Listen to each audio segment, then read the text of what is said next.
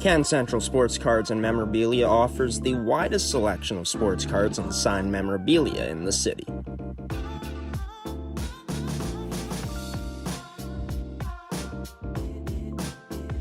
For dedicated casual and new collectors, Can Central Sports Cards and Memorabilia has everything a collector could ask for. Everything we sell is stored with care, and with help from our knowledgeable team, we'll help you find exactly what you're looking for. We carry Upper Deck hockey card brands like Series 1 and 2, The Cup, Ultimate, SPA, and plenty more. So what are you waiting for? Come down to Can Central Sports Cards and Memorabilia, Winnipeg's premier sports cards and memorabilia store.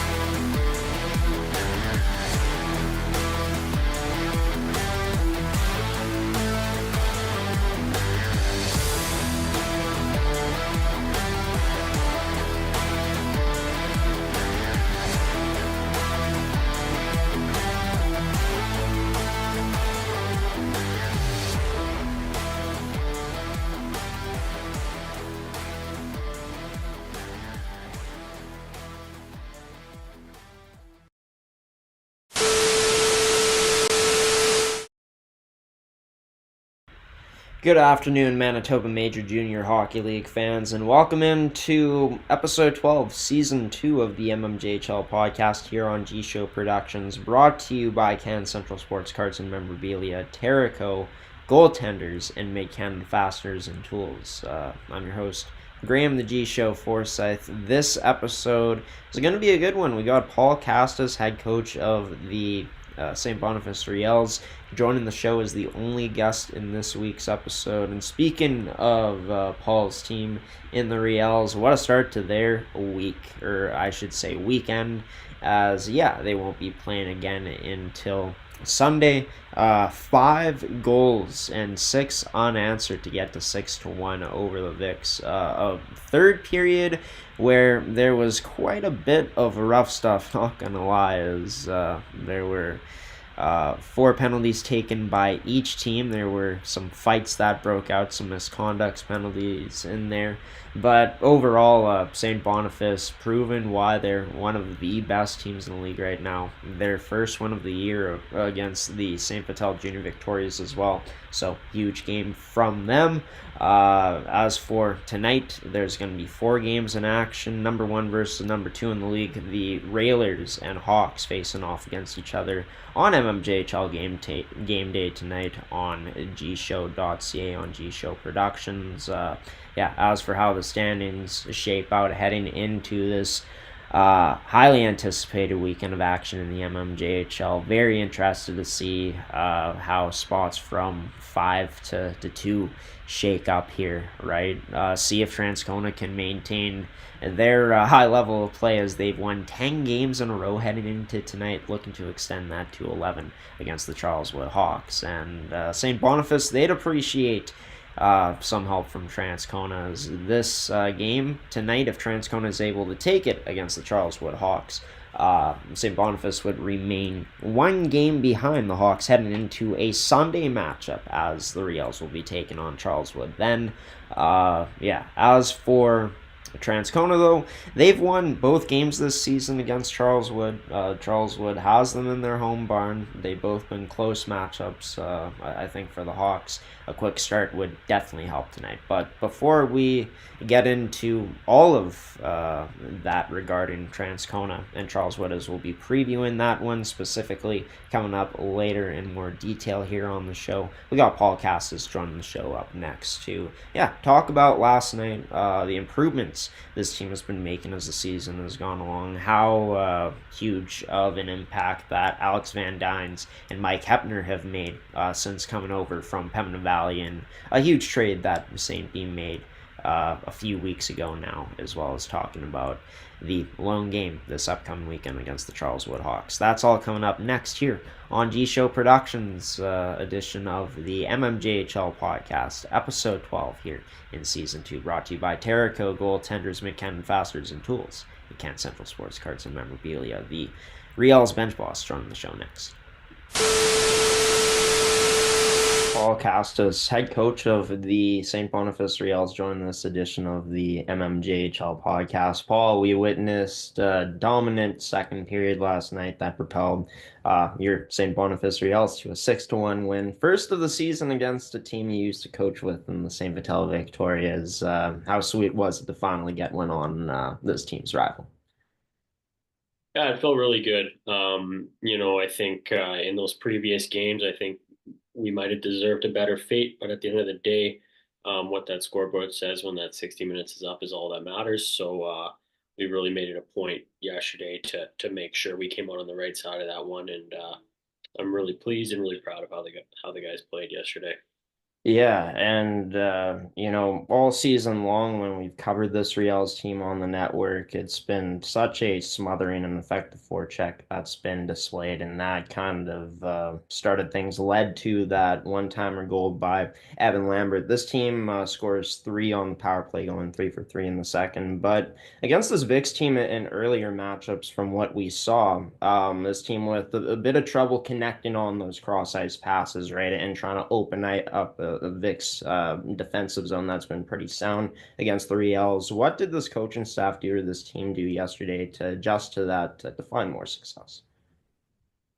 Well, specifically, if we want to talk specifically about the power play, and like you said, we had three yesterday.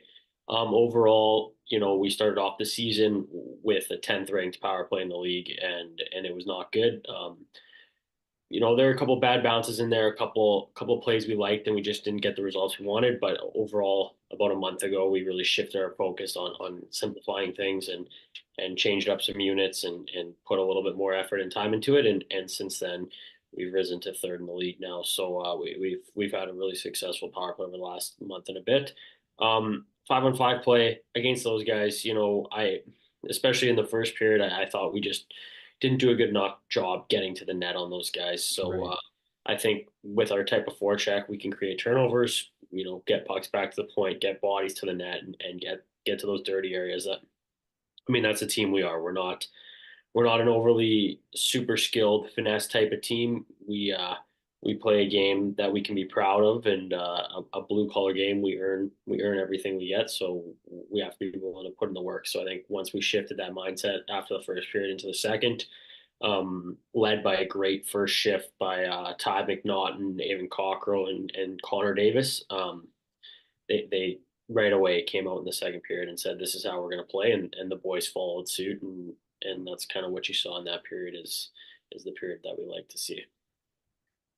Touching on one last thing about that game before we move into more general stuff, but from what we've seen from the Riels and the Victorias in our latest broadcasts, a lot of fire under their belts in that third period, especially with some fights breaking out. What do you feel this says about the team, though? Because we've seen it, especially from Connor Davis not backing down from opponents. How does it speak to the character of this Riels team who've been building a really solid culture here for the past few seasons before this one as well? Yeah, no, we just want to make sure that we stand up for ourselves. I always say that's very important for these guys. Not only just in hockey, but it's one of those things you can learn a life lesson about. You don't get pushed around in this world, and especially on the ice. You stand up for yourselves, you stand up for your teammates. So to be honest, we didn't like the liberties that they were taking on us in the second period. I thought the rest kind of let that one get a little bit greasy in that period, and we saw what happened in the third. And we have to stand up for ourselves. If guys are going to take a run at us and our teammates and our smaller guys, um, we got to make sure we stand up for ourselves. And as a coach, that's all you want to see. So as soon as you see that, that you got these guys bought in. You know that they're a team that cares. They're a team that has each other's backs, and they got fight in their game, and they got fight. They're not. I know it's literally there was a couple fights last night, but overall, just not backing down from those guys that are taking some liberties on us, and we're going to show them that you can do it as much as you want, but we're still here. We're gonna stand up to you, and we're gonna keep coming and keep putting up goals on the scoreboard while we're doing it. So I was really proud of how the guys handled themselves yesterday.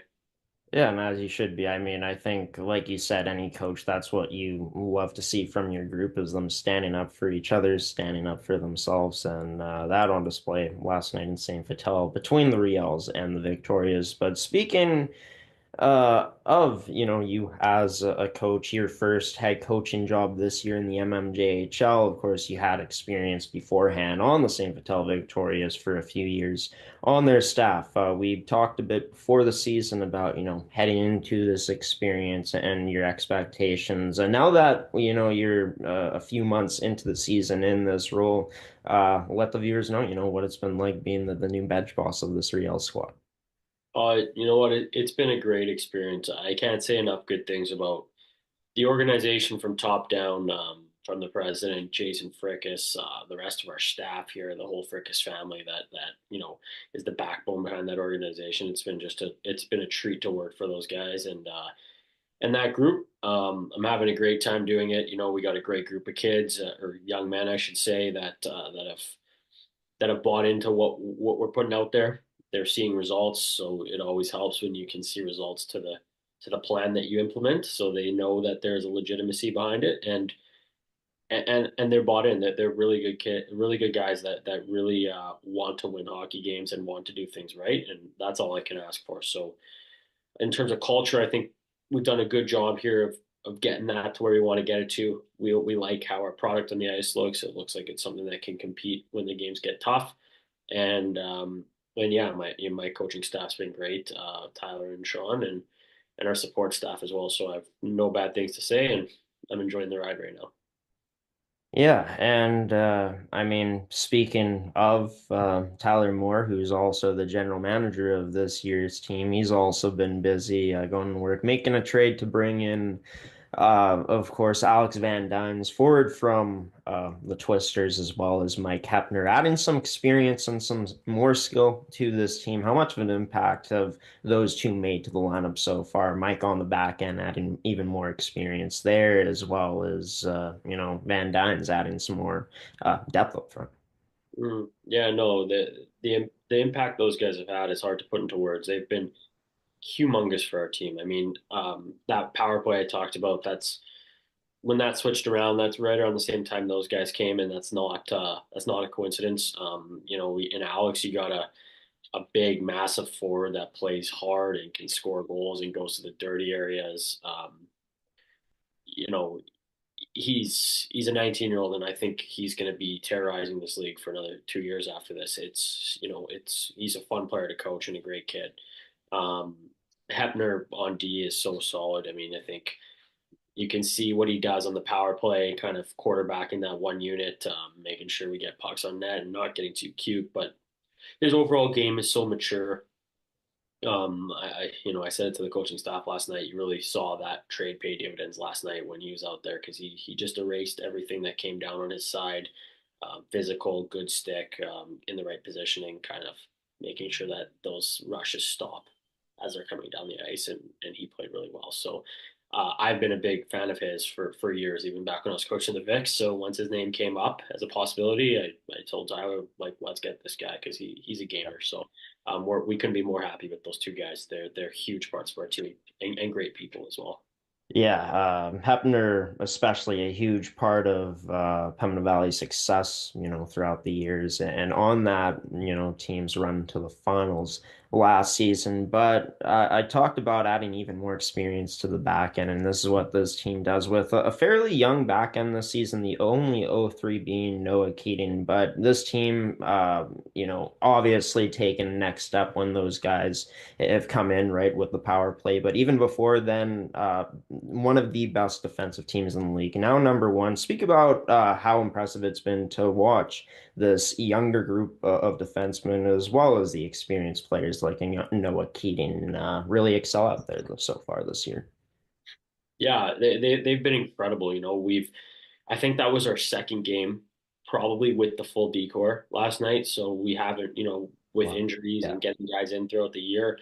Um, it's been a ride, but we have 9 guys on our roster right now that we're comfortable putting in the lineup on D, which is a luxury to have. I think you started off with the Allsip and Bachnik pair. I mean, those guys are 19 and they're absolute studs out there. You just watch them play; they do everything right. They're big, they're fast, they're physical, they move pucks. They just consistently do the right thing, and they're going to be trouble for teams for years to come in this league. And I want to give a shout out to Reyes on the back end. We call him KK, but this kid came. He didn't play hockey last year. He was injured, and the year before he Yeah. came out of high school. And Right. for a rookie defenseman, smaller guy, man, is this guy a player? I mean, I've I don't think I've seen a rookie come out of high school and have an impact like he has in my entire time being around this league, Wow. which is saying a lot because I've been here Yeah. a while. But no, he's so good with the puck. He's not afraid. He's smaller, but he gets in there and he's a breakout machine. And this kid is just he's an absolute star out there, and we're really fortunate to have him kind of fall in our laps. And then yeah, Lambo and Lambert we got down from the Blues this year. Great offensive player. He saw the goal last night. Yeah. His first one of the year, which is shocking because he's got such a good shot and he's got offensive instincts. But I think there'll be definitely more to come down the stretch, and then you got Keening and Heps, the 221-year-olds that hold it down for us back there as well. And overall, that's a great six. We've got a vet in Zach Domenico that can come in and play. We've got a rookie in Nicholas Miller that's been holding his own when he's getting in there too. And then we've got Ferg who's been on the IR all year and he's set to come back in January just to give us some more depth as well back there. So there's a lot of depth going on back there, but that's where you win from. You win from your net out. So we're happy that we got that decor. Yeah, and you're not lying about Kalen Reyes. He's been phenomenal this season. Lambert has been exceptional as well. I've been really impressed every time we've been able to cover Real's games this year. But this team puts up a lot of shots, doesn't allow many against. In fact, the best in those two statistics so far this year. And the biggest, I'd say, knock on this team from my perspective is even though you were getting a ton of shots early on in the year, you weren't exactly getting those results in terms of getting as many high quality chances, more shots from the outside, and not putting up the amount of goals you should, I guess, throughout the amount of shots, 40 or so plus per game. Now this team's second in the league in goals per game on average. Something that they struggled to do last year was putting the puck in the net with the strong defensive play. Definitely massive when you're able to get high quality scoring too off of high volume chances. Yeah, no, you hit the nail on the head there.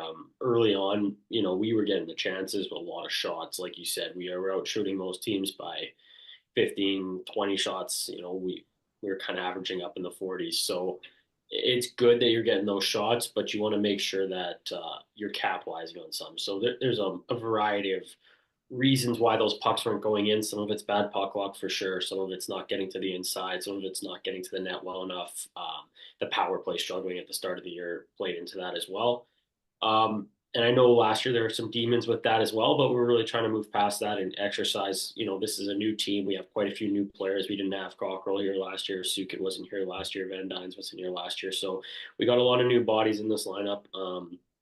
And we're pushing for this year to capitalize more. And I think when we stray from it a little bit, like the first period last night, great example. We were a little bit perimeter, a little bit playing finesse type of hockey, and you just kind of push them, nudge them back on the right path, and say, "Listen, guys, Real's hockey is a proud game. It's a blue collar game. We go to the net, we go to the hard areas, and once we do that, things kind of switch around for us really quickly. So you got a team on the bench that sees those results when they switch their style, and it's easy to get them back into that when they see that it works. So that's what we're looking to do down the stretch here. Yeah, and I mean, a huge game coming up this weekend against the Charleswood Hawks, which we'll get into in just a moment here. But even though you're preaching right now, and I agree with it, right? Playing that blue collar type of game, how, much more effective does it make it when you're able to have guys like a Connor Davis, Avon Cockrell, Brzezinski, all these skilled guys, as well as on a decor that possesses a lot of offensive skill that they can also pair that hard work with that, high skill level out there too. Yeah, for sure. I mean, these are great players, and led by Davis, is super skilled, super fast. But if you watch his game, it's north south, it's straight lines, it's he goes through checks all the time, right? He's not afraid of anything. So he's kind of a leader. We all get behind him, and we follow his lead on that. I think the key is to get these skill guys to play more north south, play quicker, more pucks to the net. And when you've got that style going with their skill and they start seeing the results from it, that's when you kind of get the buy in that comes. So I think that's where we're at right now. Brzezinski's got three in his last three. He's playing a much more straight line game.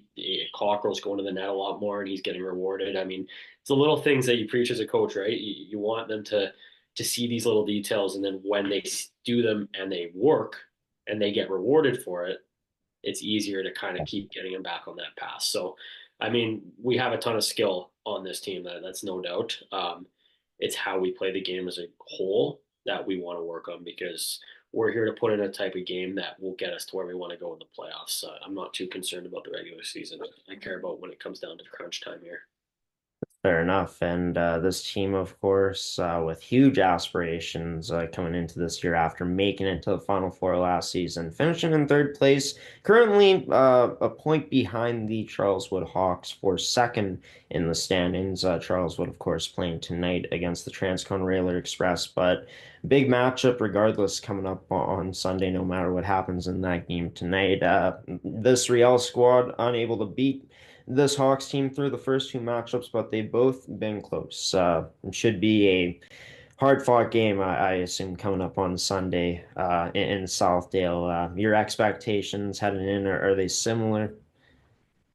Yeah, no, yeah, even though we're 0-2 against these guys, I mean, specifically our last game in Eric Coy there, we deserved a much better fate. We really, really carried that game, and again, like you said, we didn't get rewarded for it. So kind of this time around, it's similar to the Vicks. Those first two games, we like our game, but we're not getting the results. So this third time through is about sending a message that, hey, you better pay attention to us because we're here, we're coming, and we're going to turn those dominant performances into dominant scoreboards at the end of the day. So we're excited to get a chance back at these guys. We feel we owe them. They're a good team. They got a great goalie over there, but we like the way we can play and we can pressure these guys, and we like how that looks when we get out there against them. So we're looking to find our game quick and again make a mark on the league and send notice to everybody that this Reals team's serious and we're here for the long run.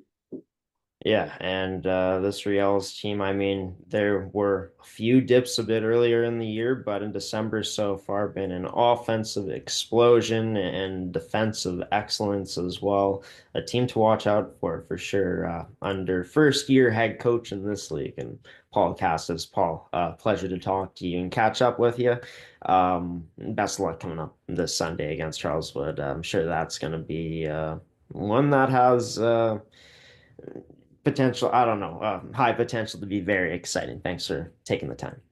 Yeah, thanks a lot, Graham. Anytime. And Paul Kastes, head coach of the St. Boniface Riels, joining this edition of the Manitoba Major Junior Hockey League podcast, presented by Can Central Sports Cards and Memorabilia, Goaltenders, Make Canada Fasters and Tools, as well as Terrico, serving Manitoba producers in the agricultural industry for over 80 years. Be sure to check out their website to find out why they've been such a trusted and reliable source for Manitoba agricultural producers at terrico.ca. As for the weekend of action coming up for the St. Boniface Riels, only one game on the schedule. That's on Sunday. Same with the St. Vital Junior Victorias, as both of those teams ended up playing last night. So, of course, as is tradition here in the mmjhl. Well, usually, very rarely, they play a back-to-back if they did play on Thursday. But yeah, as for this week, not the case there. St. Vital going to be rested heading into that one against the Stonewall Jets. Same with the Riels heading into their huge matchup against the Charleswood Hawks. The website right now is not updated, but it should soon, as we will be covering the River East Royal Knights versus Raiders Junior Hockey Club game instead of the Victoria's Stonewall Jets game, due to us being out in Niverville at 12:15 p.m. on Sunday to broadcast an MFHL regular season matchup between the Eastman Selects and the Winnipeg Avros. So, sorry to disappoint Jets and Victoria's fans, but we hope to catch one of your matchups heading forward in either January or February coming up in this season. As for the rest of the action before Sunday, 4 games on tap tonight, of course, we'll be live in Charleswood at Eric Coy Arena. This is not a mistake on the website, as we'll be there to broadcast the Hawks taking on the red-hot Transcone Railer Express,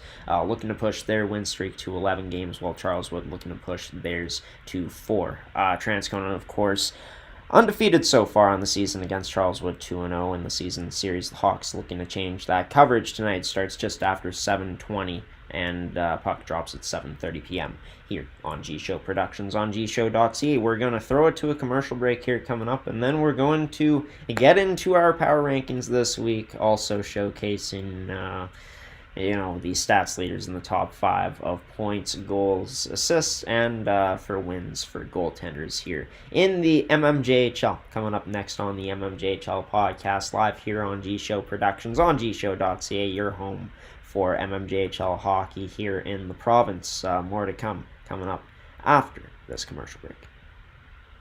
Can Central Sports Cards and Memorabilia offers the widest selection of sports cards and signed memorabilia in the city.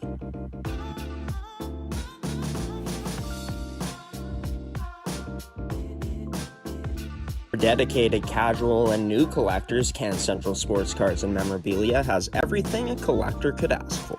Everything we sell is stored with care, and with help from our knowledgeable team, we'll help you find exactly what you're looking for. We carry Upper Deck hockey card brands like Series 1 and 2, The Cup, Ultimate, SPA, and plenty more. So what are you waiting for? Come down to Can Central Sports Cards and Memorabilia, Winnipeg's premier sports cards and memorabilia store.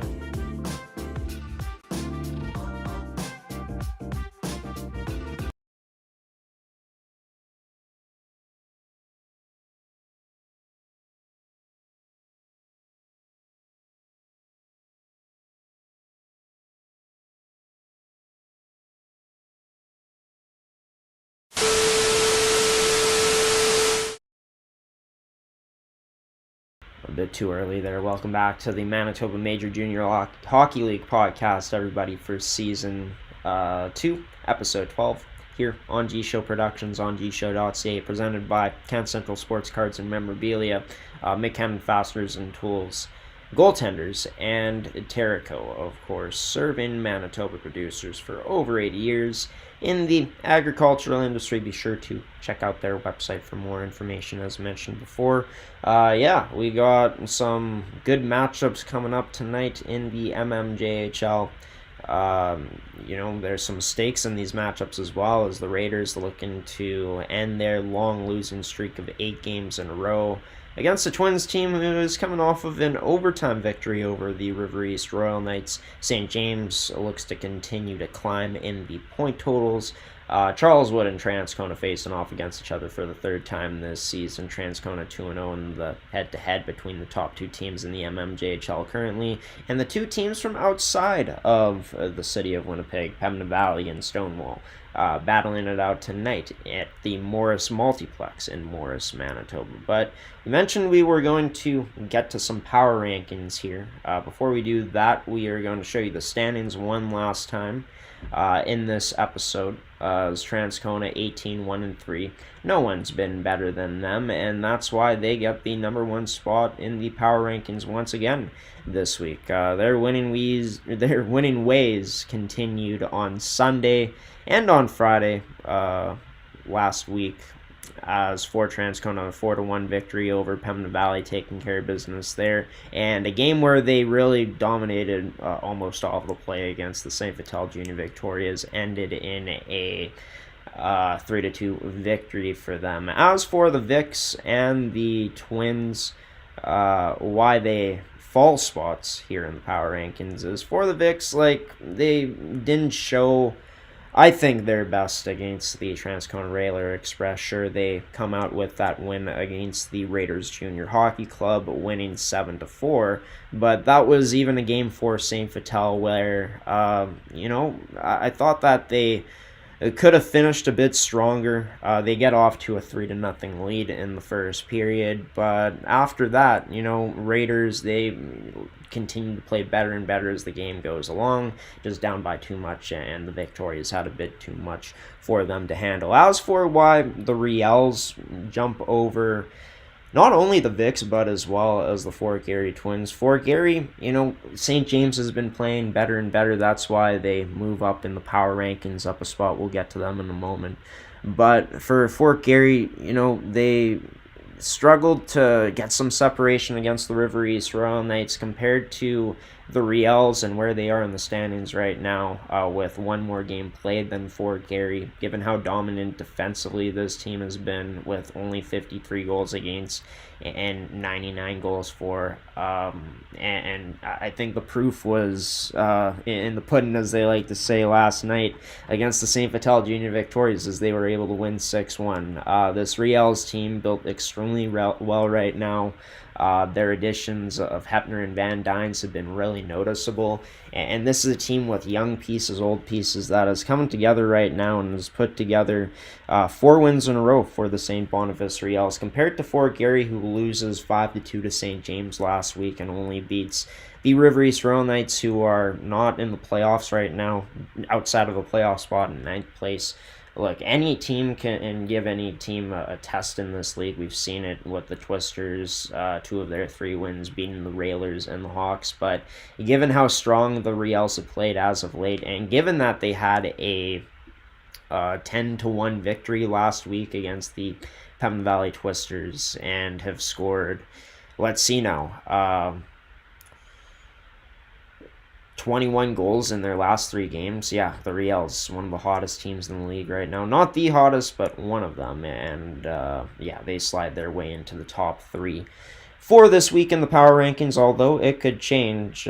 St. James, their spot changes along with them switching out of that 7th spot with the Stonewall Jets. As for the Stonewall Jets, they came off of a weekend where, of course, they actually faced off against the Junior Canucks and lost 5-2. They lose 5-2 on Thursday, so they go 0-2 on the weekend. The Canucks go 2-0 on the weekend. They're both tied in the standings, but given the success the Canucks had against the Jets in their recent victory on Sunday and overall last week, and St. James gets nudged up a spot because of that. Stonewall going down, but only by 1 spot. Knights, Twisters, and Raiders remain in their 8, 9, and 10 spots. And the power rankings brought to you by McKenna Fasteners and Tools, your one-stop shop for all your industrial needs. Be sure to check back next week for our power rankings, as we'll have more for you, some updated power rankings at that. Let's get into some stats leaders before we take our last break of the show here. Tyler Rubany and Dean Gorchinski still tied in the point totals. Rubany not on the scoreboard last night, being held off against the St. Boniface Riels. Rylan Netchwaduke still in the top 3 for points, and hey, Connor Davis, a few more points than we last saw. He's now at 37. His goaltender, Mike O'Sullivan, is now 9-4 on the season. And in terms of his statistics for the St. Boniface netminder, who looked really cool, calm, and collected last night in that victory, getting the start. He's now up to a .904 save percentage with a 9-4 record. Keegan Gordon with a 14-5 record wins leader, still the only undefeated goaltender in the league right now. Logan Maroney at 10-0-0 and 910 save percentage in there too. In terms of the goals leaders, Rubin, still on top, Bateman right behind him. Gorchinski's found some distance between him and Netraduke in the assist category, and hey, a new name in there as well as Connor Davis off of last night. It's now up an assist on Nolan Vandenbush, as there's a two-way tie there, Hellman, and Davis for fourth in assists. Brought to you by Can Central Sports Cards and Memorabilia, Winnipeg's premier sports cards and memorabilia store.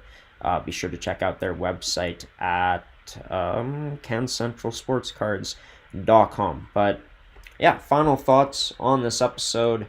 We'll have them coming up after this next transition here on the mmjhl podcast on G-Show Productions on gshow.ca.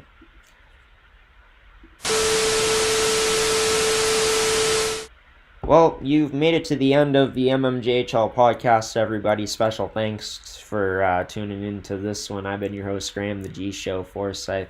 Want to thank Paul Kastes, head coach of the St. Boniface Riels, for tuning into this one, as well as you, the viewer. Not quite done yet, as I got just some final thoughts in terms of the matchup that we'll be covering tonight. And talking about the St. Boniface Riels one more time, because I think it is key to touch on them with how much of a wagon this team looks like right now. Like, my goodness. My cousin who helped me out and helps us out with our camera operations and stuff, he says when this team gets going with their speed and all that and great stuff that they bring, they kind of look like an MJ squad. There's a few teams in this league who look like that when they can get going, for sure. And before we get into who that is, who those teams are, I want to give a special thanks to Terrico Goaltenders, McKenna Fasteners and Tools, and Can Central Sports Cards and Memorabilia for sponsoring another edition of the MMJHL podcast. But teams I was talking about, the Transcon Railer Express and the Charleswood Hawks, both with a lot of high-end talent. It's going to be on display on the rink tonight. Both teams can play with speed. The Railer Express have been pretty disciplined this season. If we take a look at it, their penalty minutes only at 276. They're one of the three teams that are in the 200s. So, not only does that team play with physicality, but they play discipline as well. They're top two in each special teams category. Charleswood, they got good special teams too, but not on the level on paper compared to Transcona. And both teams that I think match up well with each other on paper. The wins leader in Keegan Gordon playing tonight. I'm sure he'll be starting. Charleswood, Dylan Smith, and the coaching staff will probably be looking to him. And even though Sage Delarone has been dealing with an injury, Logan Maroney's been holding it down. He's at 10-0. So no matter what, we're going to see some great goaltending tonight, you'd have to think. Or maybe these teams turn into a bit of a barn burn or a shootout. Who knows what we have in store. I do know this, though. Charleswood looking to get off to a fast start, as in their two matchups, they're only two against Transcona this season. They've gotten off to a deficit in it, starting off without the lead. And last time out, they only lost 4-3. So you start a bit stronger. Maybe the outcome's a bit different. But want to end off with the St. Boniface Riels, man. Adding on Van Dynes and Hepner to this team, what wonders it's done for this power play that's now up to 21.6%, third in the league. This team, I've been knocking on them in terms of, look, you're getting a lot of chances, but you're not nearly scoring as much as you should. Now this team is ranked second in goals for per game. So many pieces that can put the puck in the net. They got some youth that can really play, like mentioned, Kalen Reyes, Evan Lambert.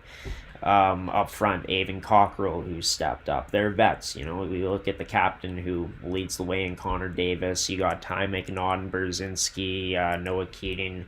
But now you add even more experience into this team, and experience that has gone to the finals, and Hepner on a very young back end that adds even more experience. You got very good goaltenders in Alex Dominico and Michael O'Sullivan, who's now at 9 wins, and the Riels knocking on the door in terms of passing on Charleswood, and Charleswood would like to not have that happen, so they're looking for a clean 2 points tonight to get the 35 points as the Riels. are at 32 on the season, as you saw on the standings. 4 games tonight in action in the MMJHL, ladies and gentlemen. 5 games on Sunday. We can't wait to be there to call the game in Terry Sawchuck Arena between the River East Royal Knights and Raiders Junior Hockey Club on Sunday night as well. Until then, until our matchup tonight, MMJHL fans with Railers and the Hawks getting set to have the puck drop at 7:30 p.m. tonight at Iroquois here in Winnipeg, Manitoba. We're going to get set for that now. I've been your host, Graham, the G Show Forsyth. Next edition of the MMJHL podcast comes out next week. You won't want to miss it, as we'll have more great guests join that edition of the show. But until then, yeah, we'll see you then. Stay safe, stay warm this weekend, especially on the road if you're driving. I'm sure it's icy out there. Haven't been on the roads myself yet, but overall, to enjoy all the great hockey coming your way this weekend, folks, especially for you MMJHL fans. Should be a fun one. Graham, the G Show Forsyth signing off now. Take it easy, everybody. We'll see you next week.